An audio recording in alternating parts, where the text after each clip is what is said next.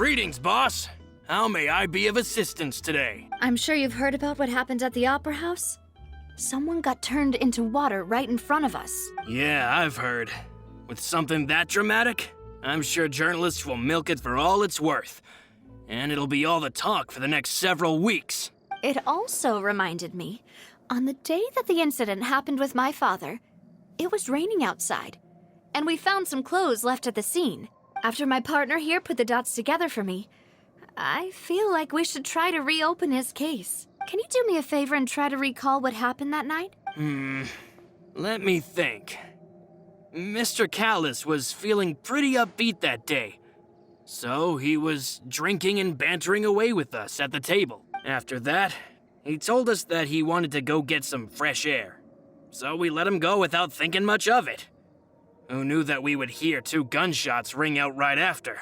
My first reaction was that Mr. Callus's life was in danger.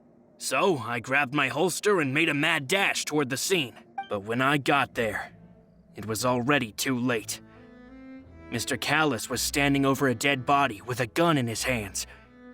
All we could do was look back and forth at each other, not knowing what to say. So you also remember 2 gunshots then? Indeed. The guard said that the first shot didn't hit anyone, while the second killed Jacques. But I've never really bought that explanation. Reason being, Mr. Callus had left his gun on the table. I even made sure to confirm that before running to the scene.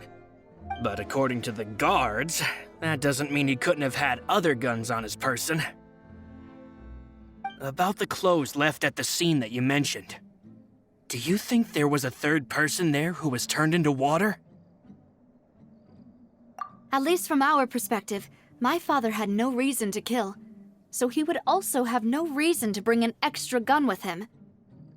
The gun he was holding probably belonged to Jacques, or a third person on the scene.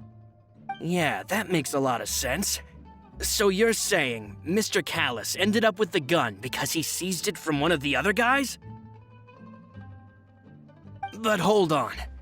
If that's what had happened, then why didn't he share the truth with any of us? He didn't even want to face the Oratrice machine, and chose instead to prove his honor in a duel. Did he lose all faith in the courts after seeing someone dissolve right in front of his eyes?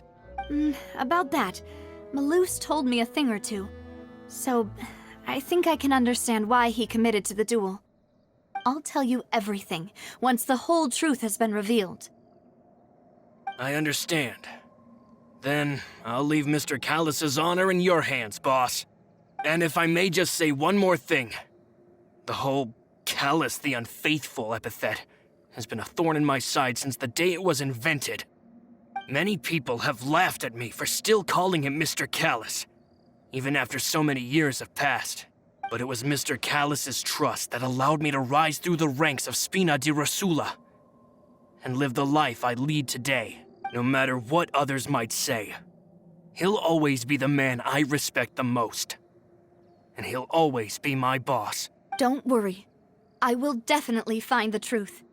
You and all our other comrades at the Spina deserve to know the truth as well.